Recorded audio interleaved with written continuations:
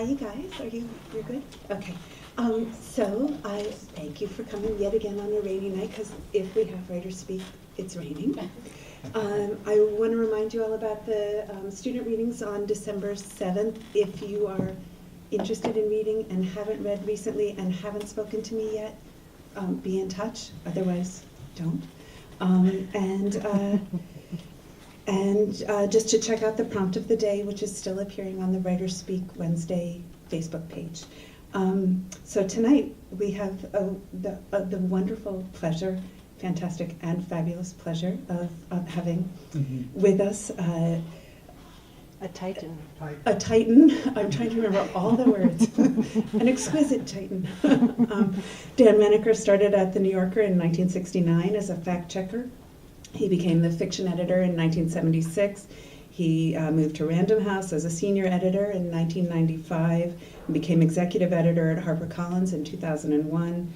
He returned to Random House as executive editor-in-chief from 2003 to 2007. He's the author of several books of short stories, a novel, The Treatment, which was made into an independent film, which I have read and loved. He's written journalism, essays, humor for many publications, including The New Yorker, and he's done about 1 million other really quite amazing things. And he's on our faculty in Manhattan, and here. And please join me in welcoming Daniel Menaker. Thank you, Susie. Thank you all for coming.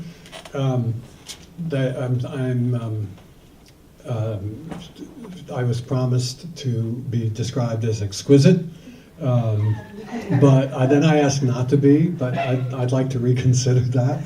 If you could come back up here. I did make you exquisite. Yeah. Did you? Okay.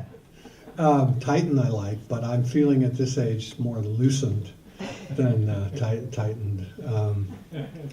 Very lame. So I'm going to talk about publishing a little bit, and Magdalene and I are going to do a little sort of play within a play, like Hamlet. But first, I want to tell you about how I got to Random House, because I was describing this to someone just now, and they said you should tell that. And it is interesting because it gives context for the dialogue that we're going to read. The dialogue that we're going to read is taken as best that my memory can give me about the first acquisition I made when I got to Random House. The first book I bought,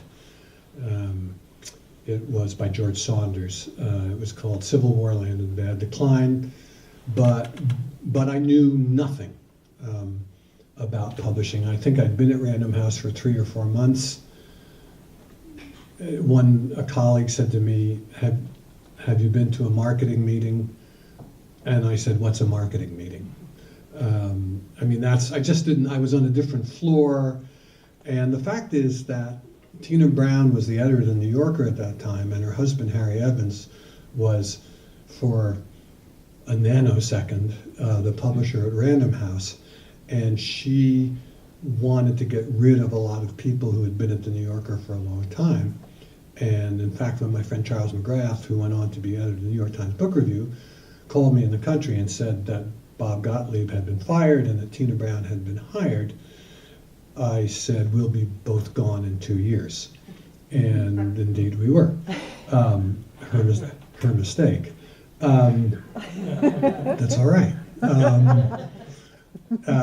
So about a year after she got there, she took me out to lunch, and she asked me what I thought of Bill Buford. Bill Buford at the time was the editor of Granta, which was published in England. It was very good. But it was supposed to come out 4 times a year, and sometimes came out 2, occasionally 3. And I said to her, there goes my job. And she said, what do you mean? I'm not going to hire Bill Buford. Only she said Buford for some reason. I don't know why. So I said, you are. You may not know it, but you're going to hire him. And she said, you're a chippy sod. And I said, no, I can just, the wind is blowing in a certain direction. So about 3 months after that, Harry Evans, Mr. Evans, called me up and spousally, I'm sure, and said, you know, see here, we'd like you to come and lose some money for us at Random House. He always said Random House. Like my friends from Philadelphia insist on saying cottage cheese. I don't know why. It's not cottage cheese, and it's not Random House. It's Random House. Random House. So I said, okay. So he had me up and he interviewed me. He said, I know it's a very difficult decision. You've been at the New Yorker for a long time now, 5 or 6 years. I said, 26. So that's how much he knew about me. So if you want evidence that there was a little pillow talk and that this guy didn't know and probably didn't care very much about who he was hiring and is just doing his wife's bidding, as many of us do from time to time. That sealed it for me. I said 26, and he looked embarrassed, as he should. And he said, "Well, we want you to come here, and you can lose lots of money for us by buying good literary books." And I said, "Yeah, that's a deal." And then he said, "You always call me young man." He said, "Thank you, young man." He said, "Well," he said, "we'll give you 5 years to fuck up." Because he's from the Midlands of England, see. So, you know, it wasn't really much of a choice. I was in a good position financially because I did a good job at the New Yorker, and to get me out, they had to sort of leverage a little bit with some money to the point where I couldn't say no. We are not talking astronomical here, but we're talking about a significant difference. Also, Tina Brown had cut fiction in half, put it in the back of the book, had endless meetings, asked editors to go to sales conferences, ad sales conferences for the first time. It wasn't a place that I had the yearning to stay, as I would have when Bob Gottlieb was there for the previous 5 or 6 years. So it was an easy call in a way, and I learned a lot.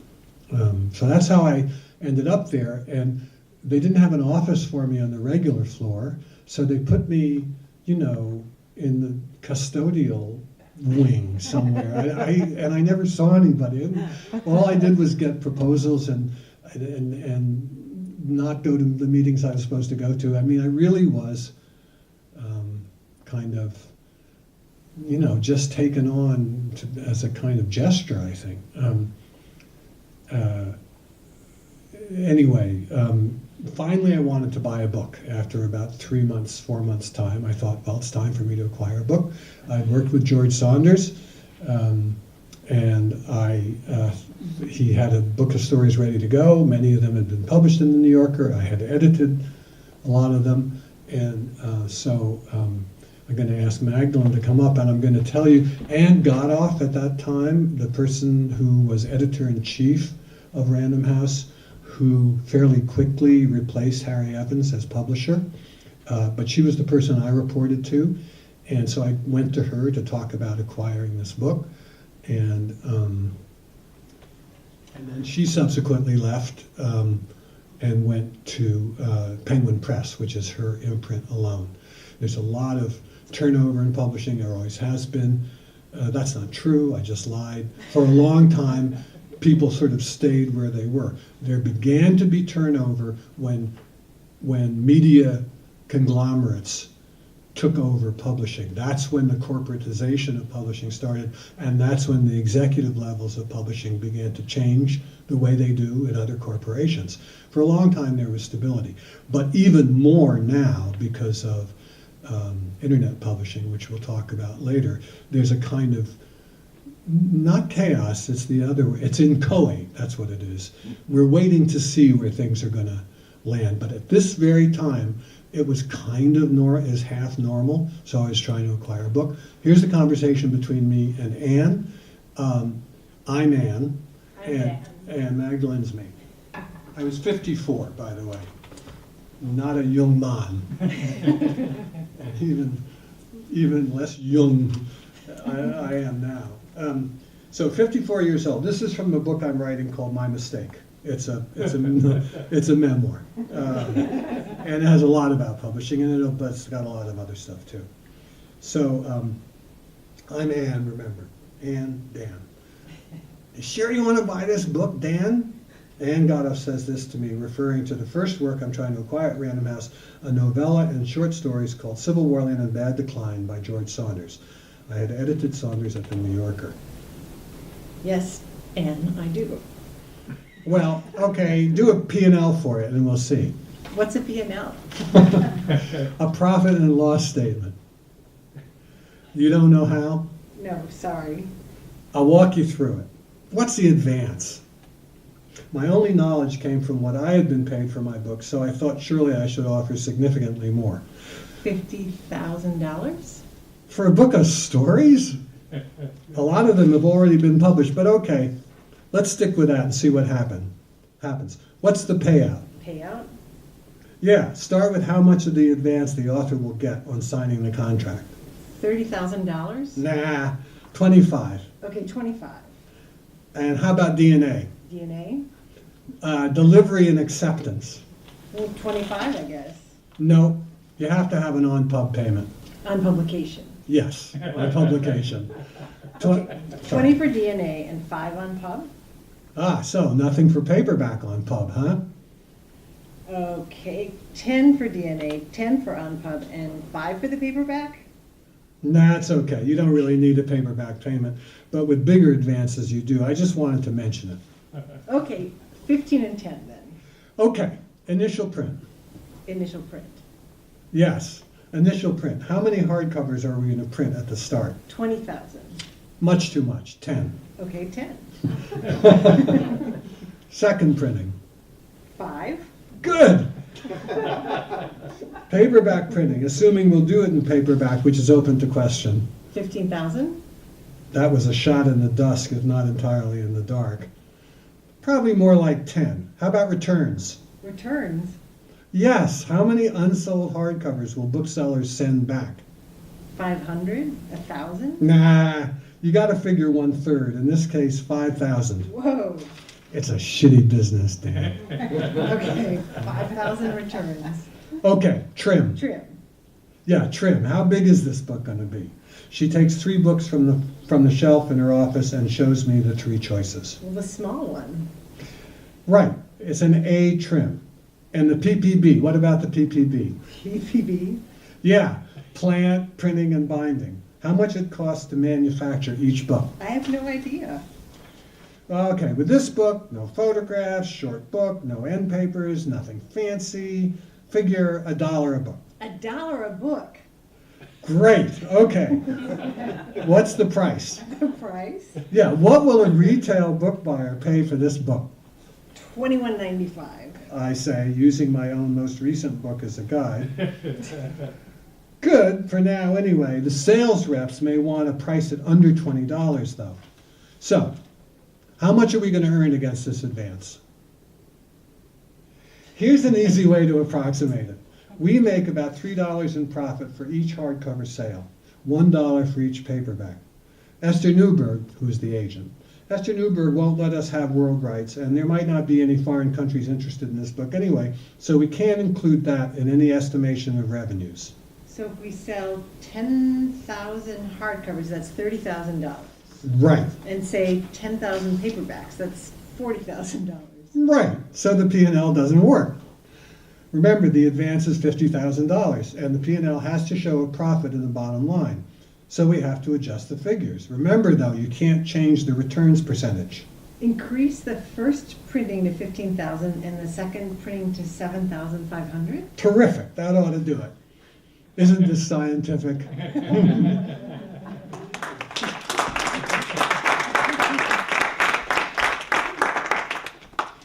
So that was sort of Edenic for me because I was so innocent and ignorant. I mean, it was very painful to expose my ignorance. I'd been there for some months. I didn't know what she was talking about.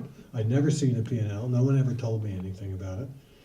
But I want to show you how far I fell from my own Garden of Eden of innocence in 2 years.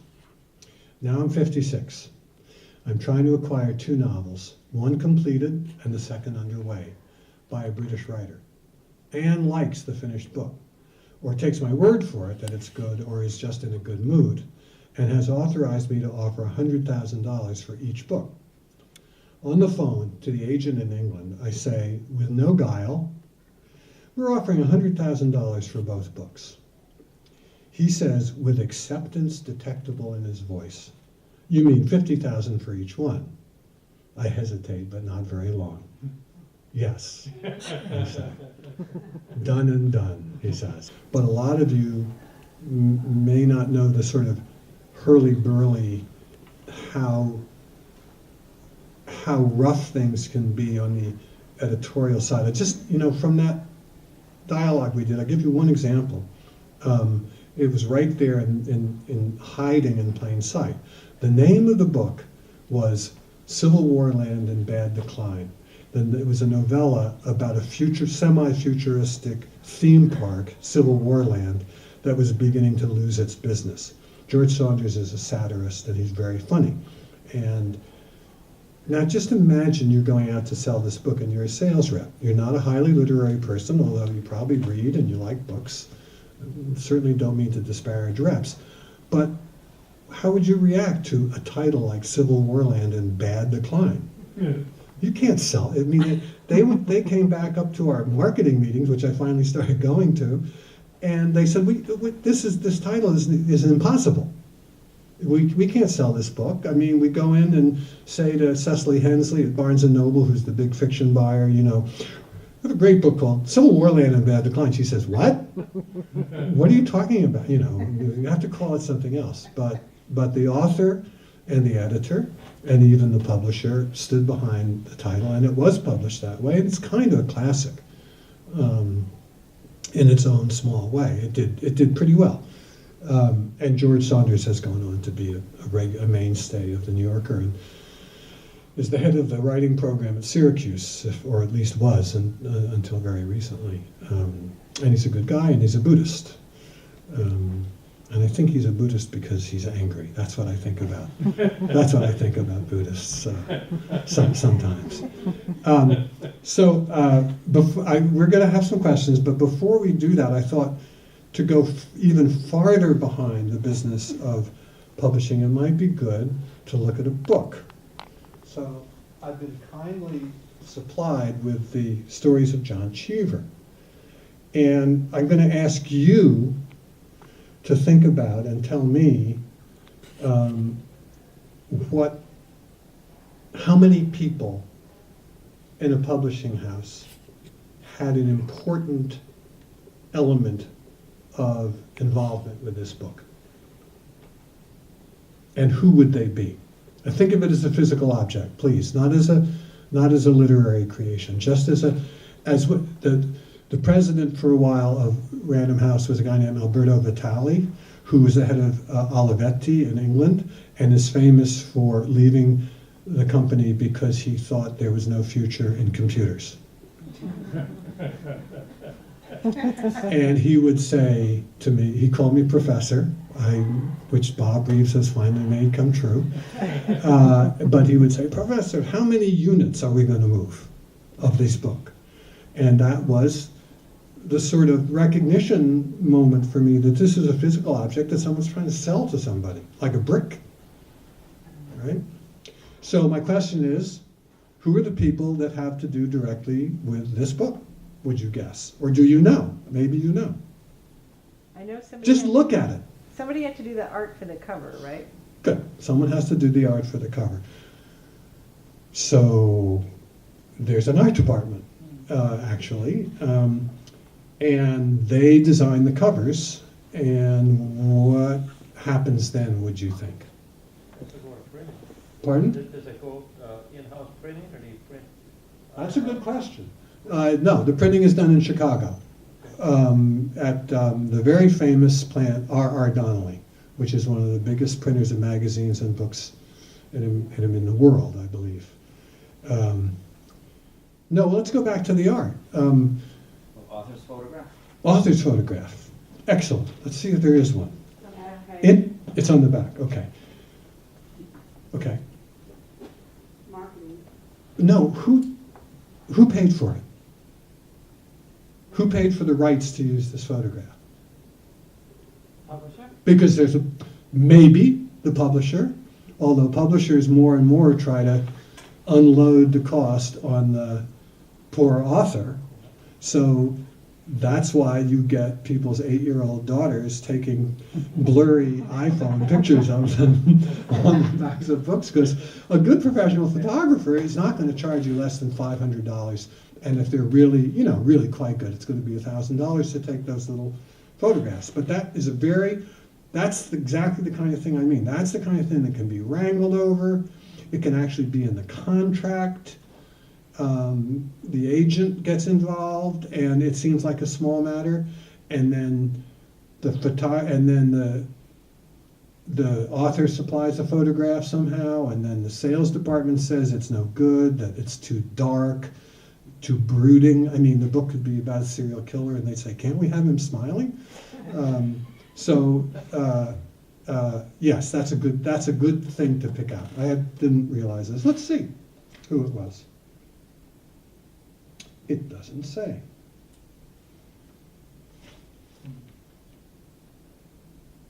Oh, what a great inscription, Susie. No, it doesn't say. Anyway, what else about the physical book? Yeah. Well, you probably have to have the person who's going to write the description on the inside cover, and then you're going to have their boss, and then you're going to have the salesperson, Right. Review all of that. Right. We're So talking it's about at what's. least 3 people. All right. We're talking about flat copy. Yes. Okay. So some publishers have copywriting people who actually do the flat copy.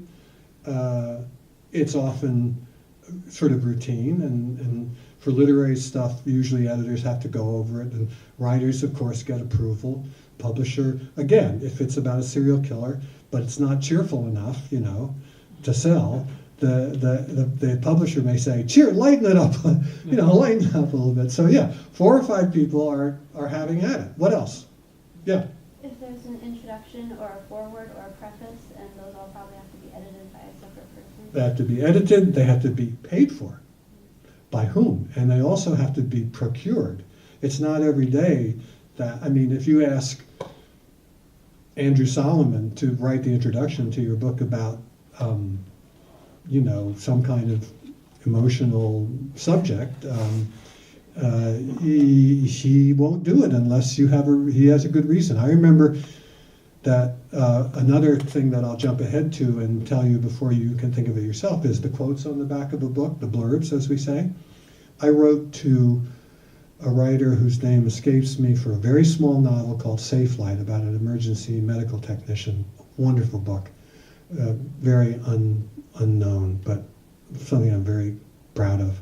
I'll remember the author in a minute. And I wrote for a quote to somebody out of the blue, cold, and I thought, I know this kind of guy's writing, and I'll remember that too. So I wrote him a handwritten note, hand-addressed, from the editor-in-chief of Random House, and he actually opened it, and he said, here's your quote. He liked the book. He said, here's your quote. He said, I only opened your letter because it was handwritten.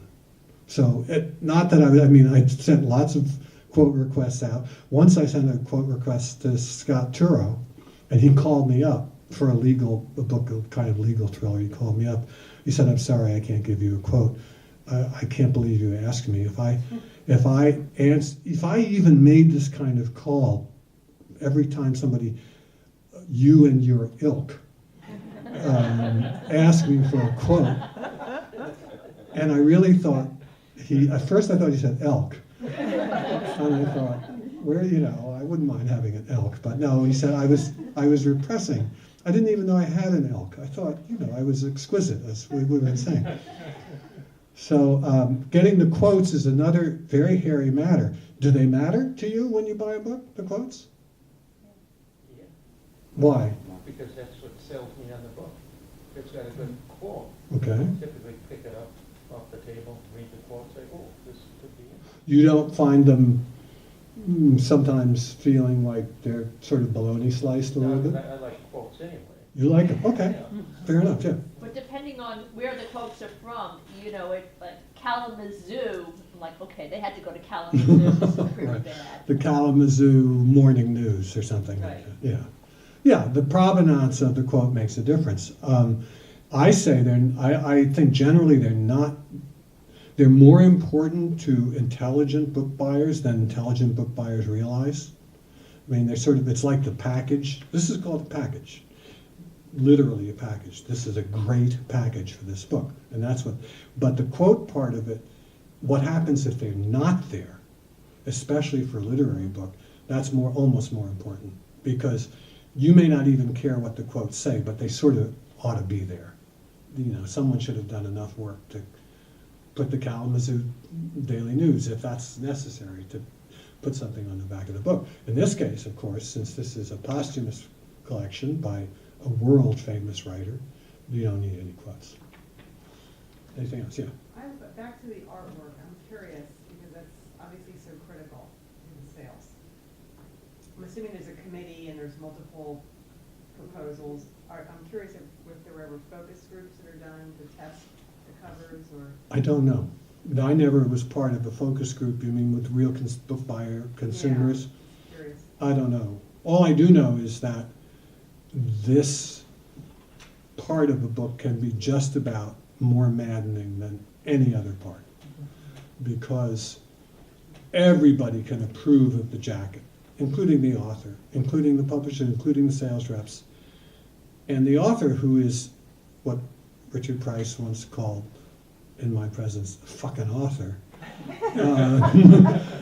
fucking author is sitting at home, and the fucking author is Uncle Joe comes by, and the fucking author has the book up on the mantelpiece, not the book, but a dummy, with the art proudly displayed. And Uncle Joe says, "What is that piece of crap? You're not going to let them do that." And the fucking author gets all upset and calls up the publisher and the editor and says, you know, he won't quite say my Uncle Joe hates it, but believe me, as writers, you know, you're insecure enough so that kind of thing can really shake you. And it might blast open the whole thing. Now, at that point, the publisher or the editor will step in and say, look, that's enough. We've been through 18 versions of this, and we have to, you know, you have to choose one of them. There comes a point. Usually in the contract it says cover art to be approved, author will have consultation rights about the cover art and must approve it, such approval not to be unreasonably withheld. And at a certain point, the unreasonableness kicks in.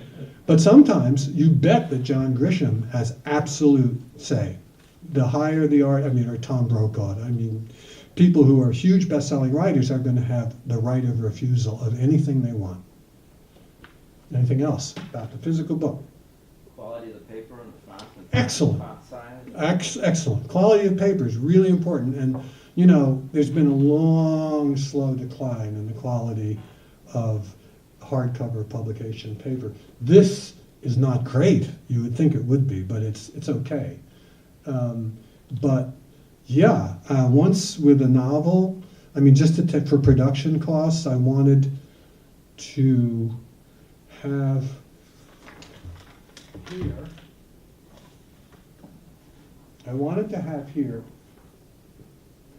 To have the author's name here, like this. What do you call it? Embossed, or not embossed, but gilded or something like that. So they said, no, it costs too much. I can't do that. And I said, how much does it cost? And they would not tell me. I said, how much? Finally I went to the production people in the plant in Merrell, and I said, how much does it cost per unit to put a gilded D? It was Richard Dooling, is an interesting writer. And they said, a tenth of a penny, like half a cent per book, or much less than that. But you think about it, those costs mount up. You're doing 120 hardcovers a year, and you're trying to make decisions about materials costs. You can laugh, as I did, believe me. And I said to the publisher and to the production people, I will pay for this. There's 10,000 copies, so what's 10,000 times a tenth of a penny? $10? Probably. Certainly no more than 100. What is wrong with you? You can't even do the arithmetic. We're writers. You're writers, all right. So I said I'd be glad to pay the $10 or $100, whatever it costs to put the golden D here. And they wouldn't let me do that either, of course, because it was too weird. But here, this is interesting. You look here at the binding here, and you see this is, for these days, this is pretty fancy. You can't see it, but it's a sort of red and black stitching, which of course kind of matches the red of the jacket and the black of the case. So it's pretty fancy. What about the front of the book? Does anyone have another hardcover? Is that Bob, you know all this. It's a rough front. It's a rough front. Pay called- more for the cover. It's called a rough front, and someone lied to me. I mean, many people have lied to me, and I just told you the story of my lying to somebody else. So I'm not claiming virtue, but someone told me that a rough front cost a little bit more than a plain front, whatever you call it. Do you know what it's called? It is true that it is more expensive than It is? sheet cut, yeah. Oh, okay. Because then someone else told me it wasn't. I don't know. Anyway, It's significant, but yeah. it tells the bookseller that this is being Literary. treated with a little more respect Right. and significance. Right. Usually a highly literary book will have a rough front. By no means always, but often enough. What else? Font. You talked about font. The font of the book, again, you have to take the cost of production. How many pages is it? How crowded do you want the pages to look? That's going to matter with regard to what size font you use, and it's going to matter to what kind of font you use. And again, there are more literary fonts. Times New Roman is one of the standard fonts for literary books. It's by no means the only one. There are literally hundreds, if not thousands, of fonts to choose from, and someone's got to make that decision. See anything else from a distance on this page that someone would have to decide about? Yeah. What they'll, like if they'll have the author's name or the chapter title on top, what that's gonna be? Called running heads. It's Yeah, also just. exactly right. And that can be very controversial too. Where do the page numbers go? Do they go at the bottom, centered? Do they go on one page, both sides? Does the writer's name go where? How often?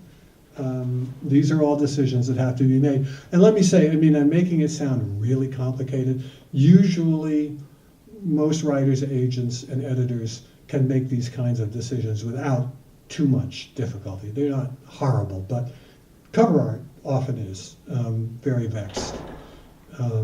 Yeah. And do they have to have some sort of legal checker to make sure that any quotes Excellent. that have the copyright permissions and so forth? Oh boy. That's a very, I was deposed once because of Primary Colors, which was the first novel I published. I got very, very lucky. I don't know how many of you know what it is, but it was huge. And I kept checking my shoe to see what I'd stepped in, you know, because it was the first novel I published and it sold like 1.5 million copies. Tell us very briefly what that was. Primary Colors was a book by Anonymous. And it was a roman à clef, although I'm not allowed to say that, so I immediately take it back legally. It was a novel about a politician running for re-election who, oddly enough, was from a state very near Arkansas, spoke very much like someone you and I all know, and who had flings. Of course, it was not about Clinton, but many people read it that way, however mistakenly. And it created the campaign from the kind of campaign worker's point of view. And it was, as I said in my report to Harry Evans, better than it had any right to be. It was just so readable. I said it reads like wildfire. It's not my kind of book, generally speaking, but I only reason I put it down is because I didn't want to finish it, which is an even higher compliment than I couldn't put it down, as you may have realized yourself. But Harry Evans gave this manuscript to me after having lunch with Kathy Robbins, who is the agent, and I just want to make, this is a story, I just want to make sure you understand. He came back with his overcoat on. He handed it to me. It was sealed. Okay, that's important. So I read it over the weekend, and I made my very enthusiastic report. I didn't know who the author was. I didn't know who the author was until the day Joe Klein, the New York Magazine writer and biographer of Woody Guthrie, finally confessed to having written it after months of denial.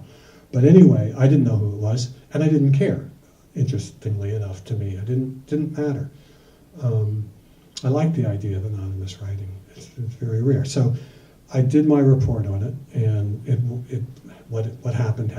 I mean, it went insane, and my colleagues were very invidious. There were 2 or 3 people far senior to me, not in age, but in experience, who had a green tinge for a few days. And then I saw Harry interviewed about the book, and first of all, you have to understand that the anonymity of it pleased me, insisted on by the author and the agent, and I agreed. I said, and the publicity department, everybody said, we cannot do it anonymously. Can't be done. We need an author to tour. We need somebody to be interviewed on television. We can't do it. But we all stuck to our guns, the 2 or 3 of us, and it came out by anonymous. Of course, that was one of the things that sold the book so enormously, was the controversy over, there were guesses that it was Raymond Carville, guesses that it was Joe, guesses that it was so-and-so and so-and-so. It was a woman who was high up in the Clinton re-election campaign. But so anyway, there's Harry, who was one of the people who objected to the anonymity being interviewed. And not to be too mean, but it's true. And he was asked, what about the anonymity? How did that happen? He said, well, I insisted. I insisted that it be anonymous. And then they asked him, remember the sealed envelope, please. Then they asked him, well, what did you think when you first read it? He said, I read it immediately. Before I gave it to Mr. Menaker, I opened it right away. I read it. Bullshit. But you know what? That's the way business is. I say that without rancor. I don't think I've ever done anything as bald as that, but there is, for instance, the Steve Jobs book that just came out. Here's a good example of publishing. It's the #1 bestseller. The timing of Steve Jobs' death was exquisite. Speaking of exquisite, and it's almost as if he died in order to make the book the #1 bestseller, and it will be for some weeks, if not more. The person who acquired that book, David Rosenthal, was fired. The person who took over the job, an ex-colleague of mine, as publisher of Simon & Schuster, John Karp, he and his, quote, team, unquote, are getting all the credit for the book. That's not right. That's not fair, but it makes me think there's a God, because it's a sardonic God. Every time somebody leaves a place, all the books that stay behind work. It's just a rule. With me, it was Olive Kittredge, Colin McCann's book, Let the Great World Spin, and Siddhartha Mukherjee's biography of cancer called The Emperor of All Maladies. There you go. I had some successes before that, but God said, you've left. Now your books are going to work.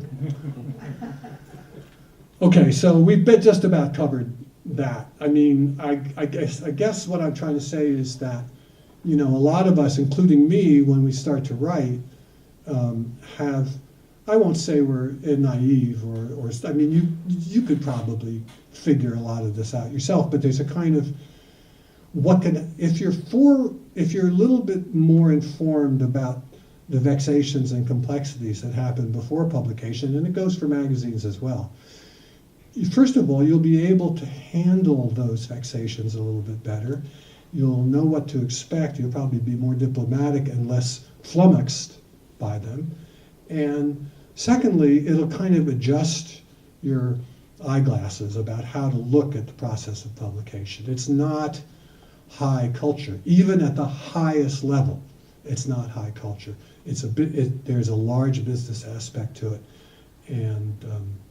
And I tried to sort of, with the acquisition process and the physical discussion of the book, which we have by no means exhausted, try to give you an example of the kind of variegation and numerousness of the considerations that go into it. One of the most important interfaces that I haven't discussed, but I've touched on, is the relationship between the sales department and the editorial department.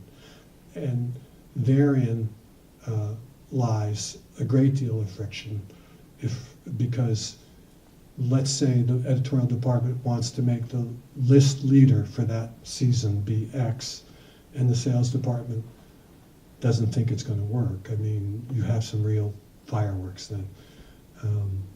And there's often, sales meetings are often somewhat tense, because often the editorial department in their enthusiasm and zeal will overpraise, overprice, overproduce the book, too many books, and the sales department sitting there, yeah, well, we've got to go out and sell this thing, we're going to sell 30 other books at the same time, and, they're more skeptical. So that's, Magdalene. I'm really glad you mentioned those great books, and I was wondering if, I know a friend of mine was the Los Angeles Times book review editor, and he would get, I think, 200 books a week, and the quantity of things that have to be read is so gigantic, and the amount of time a book takes to be read. So I'm just wondering if, in your stay as editor-in-chief, if you became aware of readers' abilities to really find books. Like, I'm sure you had a team that read, that was like the first line of defense. Yeah. Did you start to know, like, who could really spot a good book? And, like, I feel like in your books there's a level of intelligence in all of them, like Colin McCann, Elizabeth Stark, they're way up there in terms of the delicacy that they view the world. So Thank you. I'm just wondering. I mean, what there's that all. process I'm not exactly sure what the question is. I mean, I think. Like, what's the process leading up to the acquisition, in a way? Well, in the case of Elizabeth Strout, the process leading up to it was that she sent me short stories at the New Yorker. I never published any of them, but they got better and better and better. The trouble is they were too short. They were episodes. They weren't stories. I mean, that's a facile way of describing the problem, but it's true. So when I got to Random House about a year after I got there, she called me. I mean, we had actually talked, because I thought she was that strong a writer, and I was waiting for her to write something more than 8 pages long. And I mean, at this point, I'd be very glad to see something 8 pages long. But then, no, not so much. So she called me and she said, Dan, I wonder if you'd look at something for me. And I said, well, I don't have any real influence at the New Yorker anymore. And if it's a short story, I don't know if I'm going to be able to help you. She said, no, it's a novel. And I said, whoa, this person wrote a novel. It was a book called Amy and Isabel. And she sent it to me. And the answer to your question is, I read it.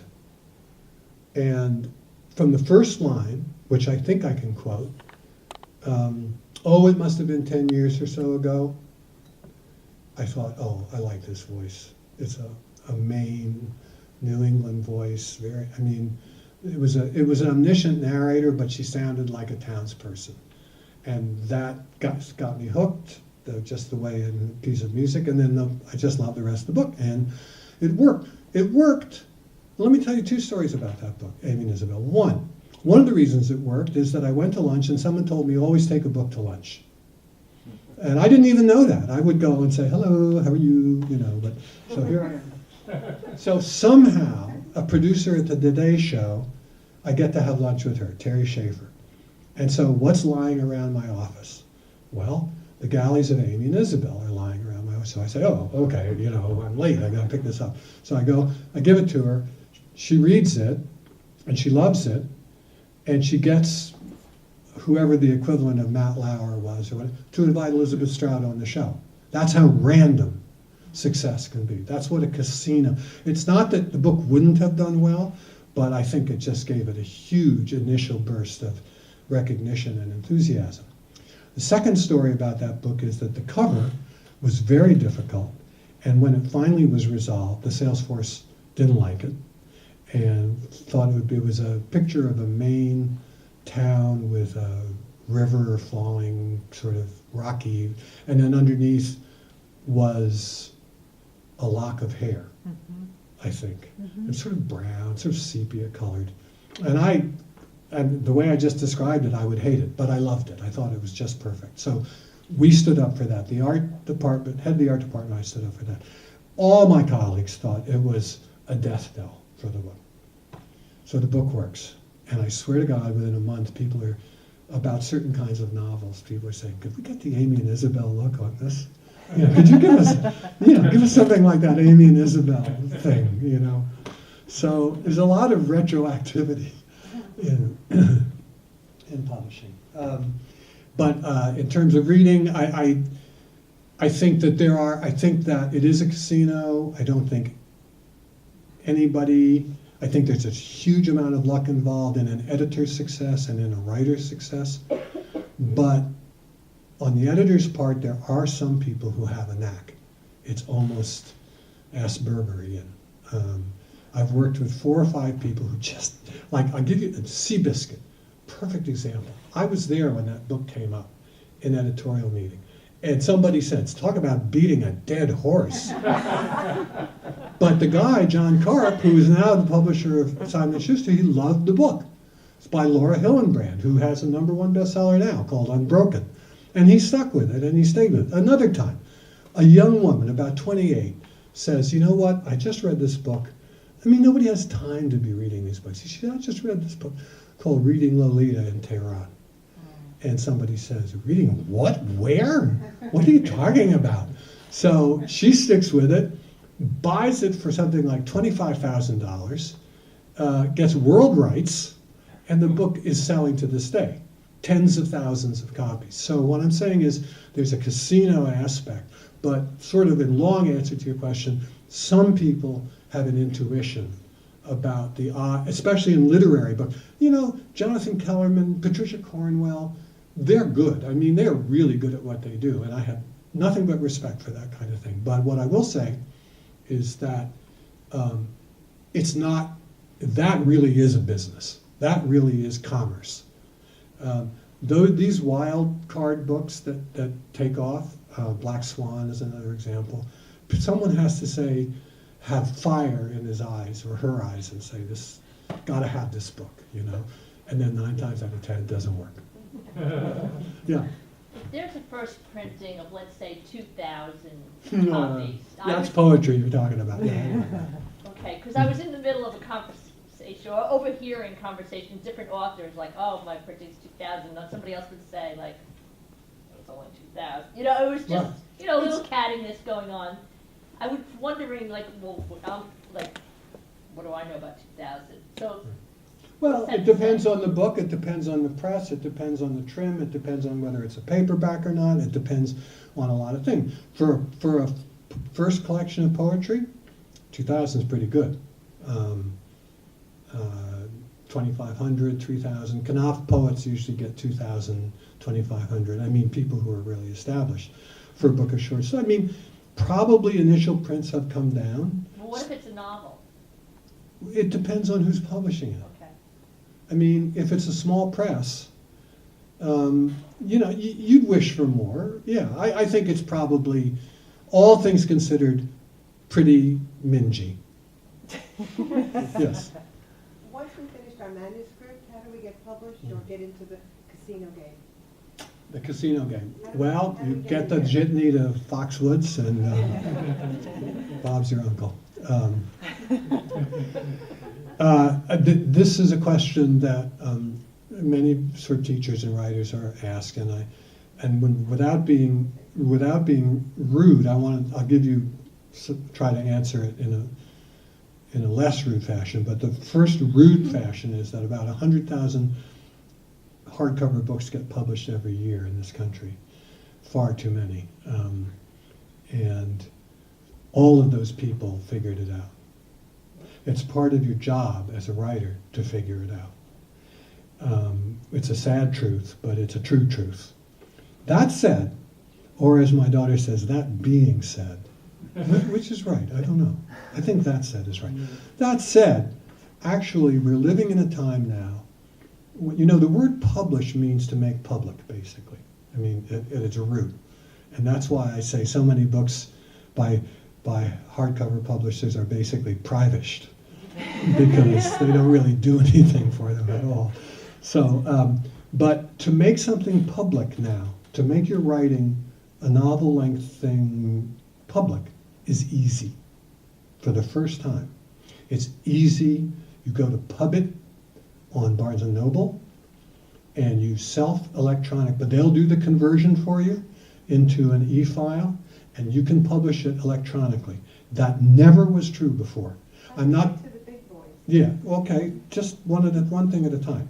Well, look at the bestseller list from last Sunday, and you'll see there's an Amanda Hocking book on it, and she is a self-published writer who got to the big boys by self-publishing, by the way. She just signed a 4-book deal with St. Martin's for something like $2 or $3 million or more.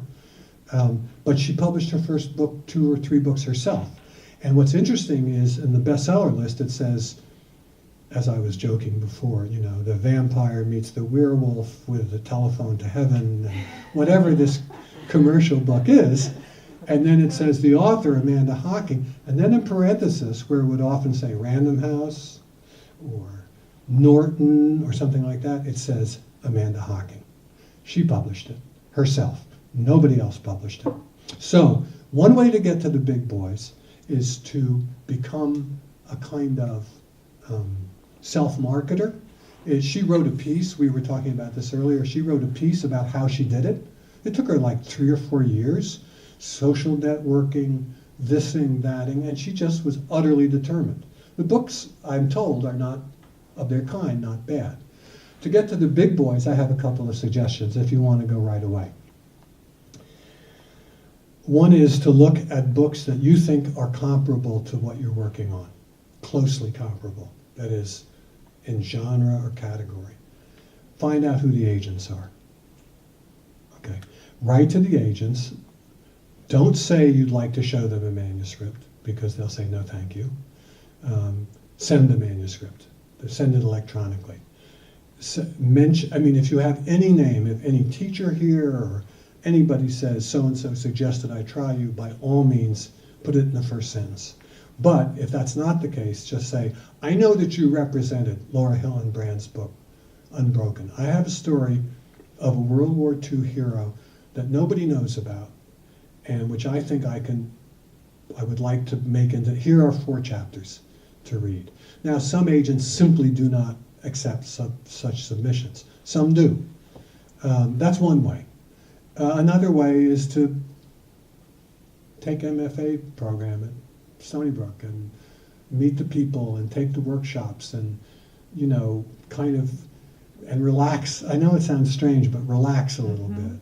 If you have talent, someone's going to notice it and want to help you along. And but really, I mean, the real basic answer is, and it is, I return to the rude one, you got to kind of figure it out for yourself. Most people have a drive. Most people who want to be, I don't believe there are a whole lot of masterpieces in drawers.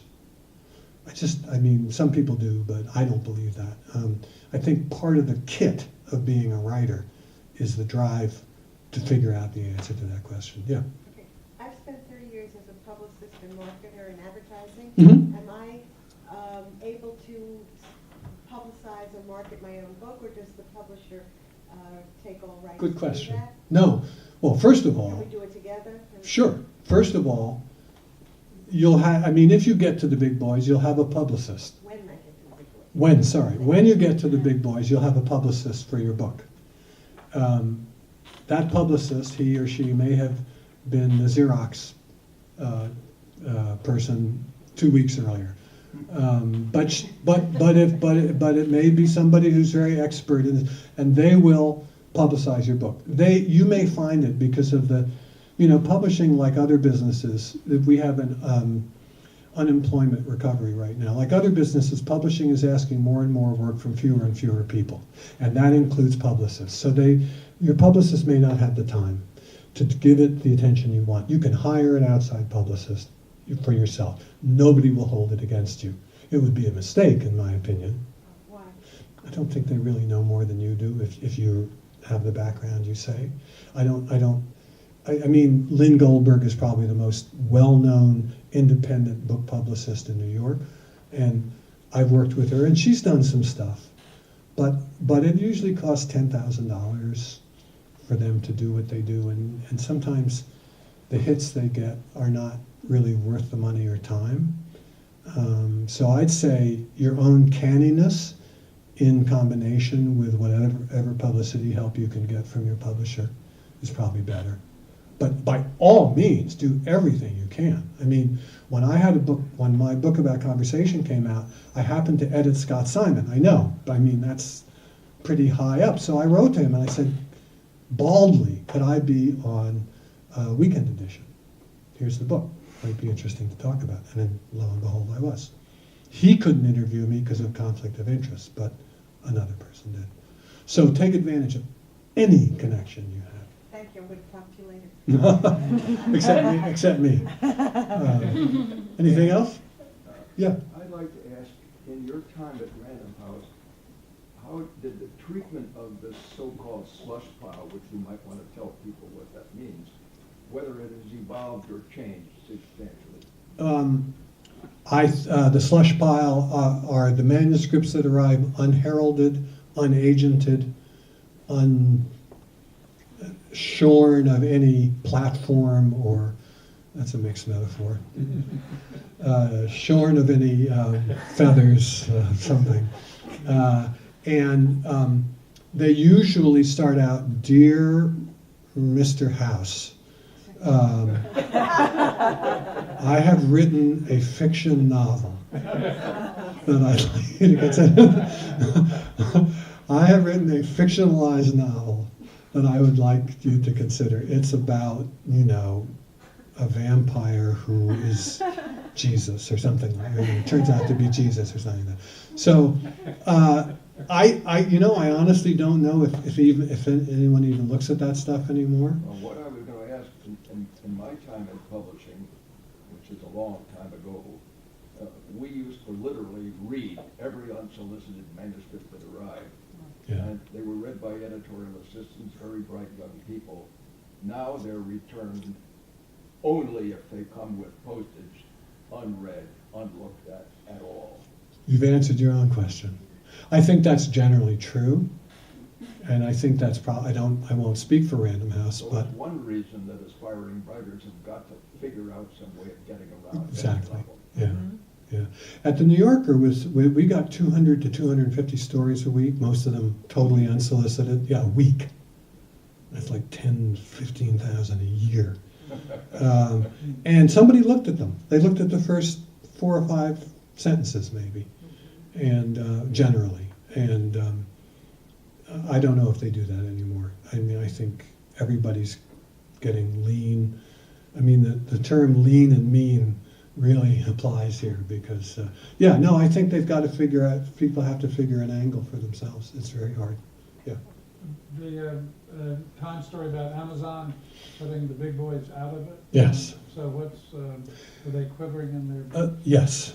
Electronic publishing, Amazon, Jeff Bezos is somewhat publicly known to be, I think, disdainful of mainstream publishing, traditional publishing, and would like to sort of, cauterize them out of the picture and run his own publishing business. He's hired in New York a former publisher named Larry Kirschbaum, quite successful, who is acquiring books, paying for them and acquiring them for Kindle exclusively, which means that if you happen to have another e-reader, you can't read that book, which means also that it may not be available in print. So it's only an electronic publication. Somebody just got a $100,000 advance from Amazon. So I think that in 10 years' time, hardcover mainstream publishers will account for about 35% of the original sale of book-length texts. The rest of them will be electronically bought. Now, publishers, mainstream publishers, are scrambling to figure out how to take part in that, or to do it, or to, they think that Amazon is the sort of devil. Barnes & Noble, for whom I work as a consultant, is a little late to this game, And I don't think it wants exclusive rights as far as I can tell. But anyway, this is the inchoateness I was talking about. People are always going to want stories. Human beings want stories, whether they're fiction or nonfiction. And people are always going to, writers for the most part, unless they happen to be business people as well, are going to need agents. Those two jobs, so to speak, seem to me to be permanent. I don't think they're going to go away. The delivery of the text, the nature of the text, who represents the author, how the author is represented. Writers are not experts in contracts for the most part. They just aren't. That remains to be seen, the mode of delivery and representation. But I'm not worried about books. I think books are going to continue to be published. I will say this, they've gotten shorter. There's no question about that. I don't mean this book is shorter or that book, but if you look at hardcover lists, take all the books, put all the pages together, you're going to have about 10 or 15% fewer pages than you would have had 5 years ago.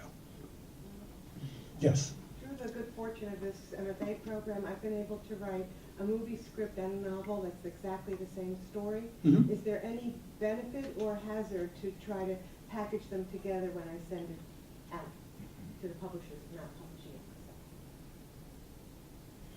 Well, first of all, I tried to get an agent before I did that.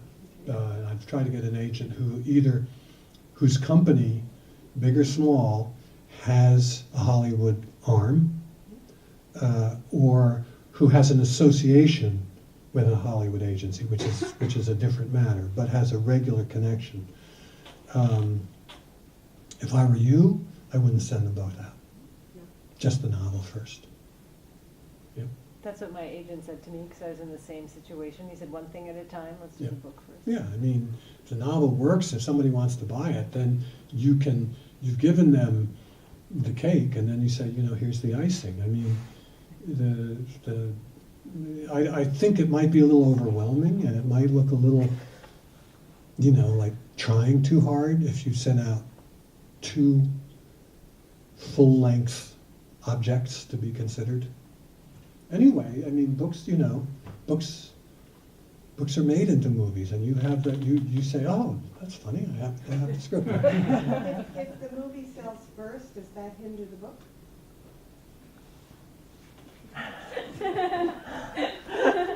I'm sorry, I don't need to. No. Sometimes book publication follows movies, but I'd say that's not a good idea.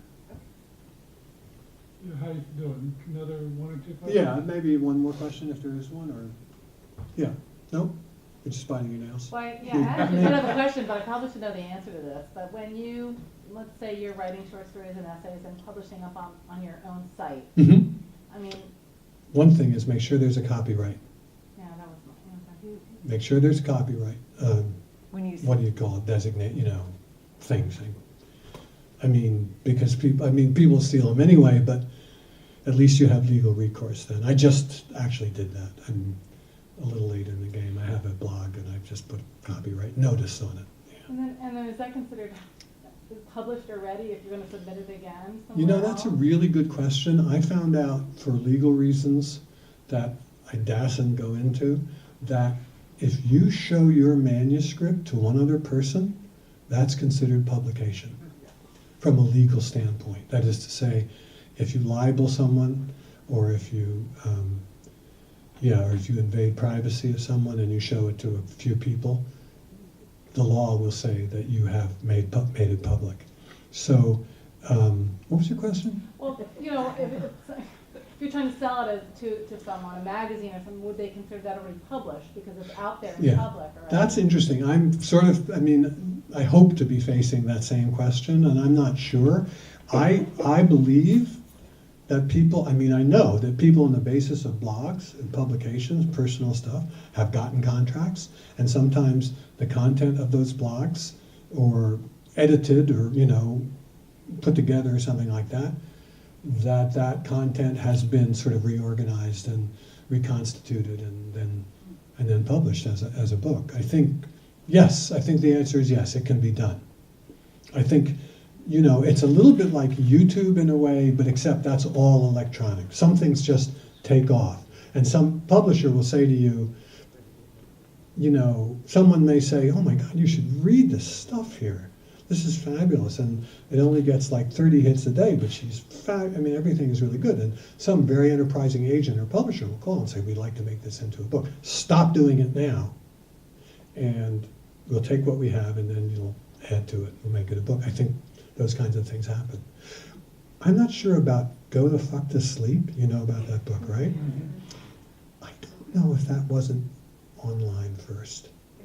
It was, yeah. So there's a good example. Or Julie and Julia, which then even became a movie. It was a blog and then a book and then a... Yeah. Thank you very much. Yay!